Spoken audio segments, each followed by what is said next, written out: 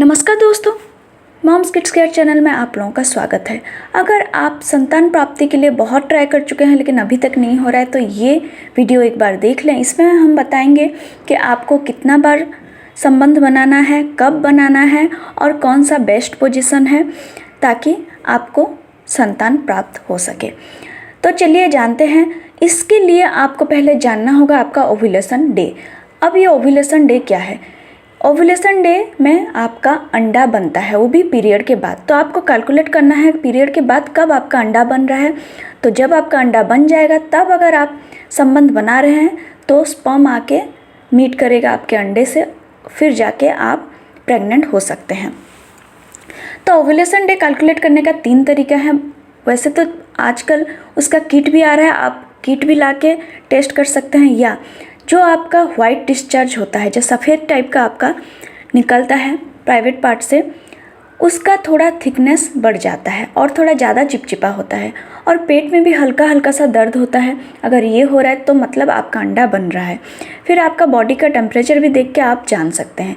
नहीं तो और सबसे बेस्ट तरीका है उसको कैलकुलेट करना। कैसे कैलकुलेट कर सकते हैं? देखिए, अगर आपका पीरियड ये दिसंबर के महीने में 1 तारीख को आ रहा है और आपका पीरियड का लेंथ 5 दिन का है, 1 तारीख से 5 तारीख तक आपका पीरियड चला। नेक्स्ट आपका पीरियड आएगा मान लीजिए 28 तारीख को, और जिसका पीरियड नेक्स्ट 28 तारीख को आ रहा है, 28 से मान लीजिए 31 तारीख हो या 1 तारीख हो या 2 तारीख, जितना तारीख भी हो, आपको क्या देखना है? 1 तारीख से लेके 28 तारीख तक कितना हुआ? 28 - 1, तो वो जो आपका पीरियड का डिफरेंस हुआ कितना हुआ? 28 दिन हुआ। तो आपको करना क्या है? जितना आपका नेक्स्ट पीरियड आया उसका गैप में माइनस कर दीजिए 14। तो 28 - 14 कितना आया? 14।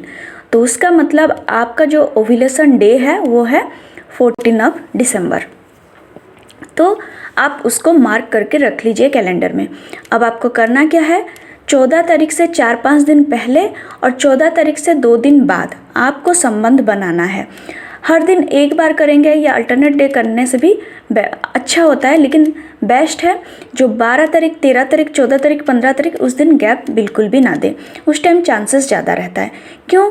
क्योंकि जो अंडा है वो बस 1-2 दिन के लिए ही वो जिंदा रहता है, लेकिन जो स्पर्म है वो 4 से 5 या 5 से 6 दिन तक जिंदा रहता है। इसीलिए आपको 10 तारीख से लेके 16 तारीख तो आपको जैसे भी करके ट्राई करना है आपके पार्टनर के साथ संबंध बनाने के लिए। उस टाइम आपका चांसेस बढ़ जाता है। नेक्स्ट और एक एग्जांपल लेते हैं।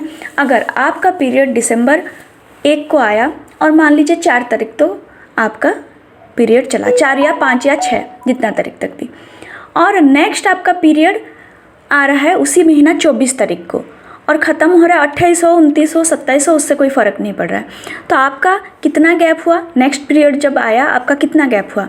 24 दिन। तो आप 24 से -10 कर लीजिए, कितना हुआ? 10 दिन। 10 हुआ ना? तो अब आप कैलेंडर में मार्क कर दीजिए 10। तो 10 तारीख है आपका ओव्यूलेशन डे। तो आपको करना क्या है? उससे 5 दिन पहले और उसके 2 दिन बाद आपको संबंध बनाना है।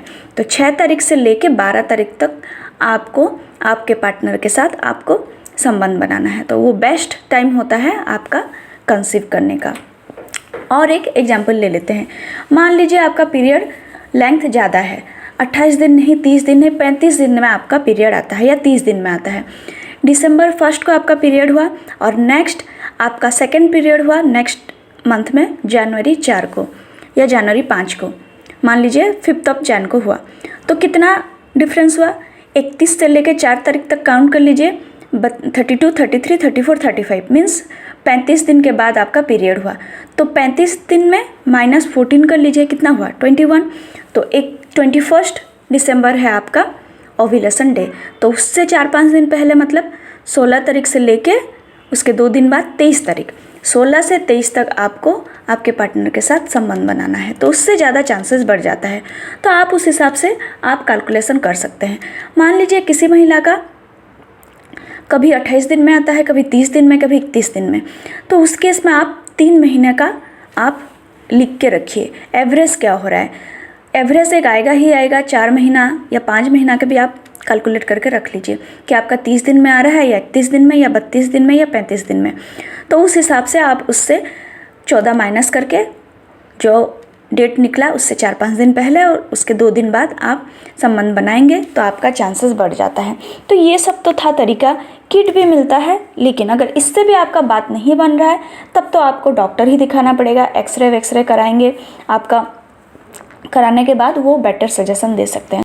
अब बात करते हैं कंसीव करने के लिए, प्रेग्नेंट होने के लिए कौन सा पोजीशन सही है। वैसे तो बोला जाता है मिशनरी पोजीशन, लेकिन ऐसा कुछ भी नहीं है। कोई सा भी पोजीशन आप करें लेकिन स्ट्रेस फ्री होकर करें। आपका पार्टनर स्ट्रेस फ्री होना चाहिए और एंजॉय करके करें। तो इससे क्या होगा, जो इजैकुलेशन होगा, जो स्पर्म निकलेगा अच्छे से निकलेगा और वो आराम से सर्विक्स तक पहुंच पाएगा और अंडा मीट करेगा स्पर्म से, तो जाके आप प्रेग्नेंट हो सकते हैं। तो सबसे ज़्यादा ज़रूरी है आपका स्ट्रेस फ्री होना और एंजॉय करके करना। कोई स्ट्रेस नहीं होना चाहिए, इससे क्या होगा, क्वालिटी भी स्पर्म का अच्छा होगा। तो ना कोई पोजीशन ना कोई टाइमिंग, जो टाइमिंग ओव्यूलेशन का है वही मेन टाइमिंग है। सो फ्रेंड्स, आई होप आपका सारा क्लियर, जो सब आपका डाउट है वो सब क्लियर हो चुका होगा। सो फ्रेंड्स, अगर ये वीडियो आपको हेल्पफुल लगा और चैनल में नए आए हैं तो चैनल को सब्सक्राइब करके बेल आइकन दबा दीजिएगा।